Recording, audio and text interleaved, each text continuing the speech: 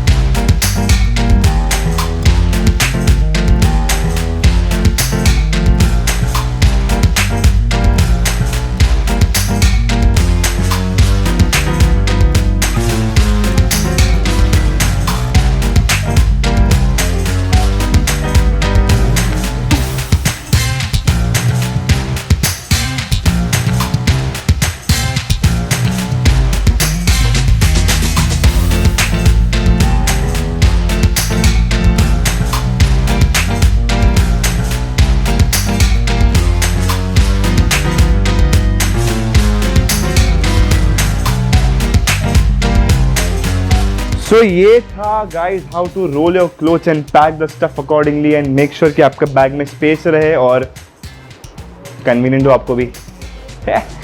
So if you have any style queries, travel queries or any suggestion, please write in the comment section below.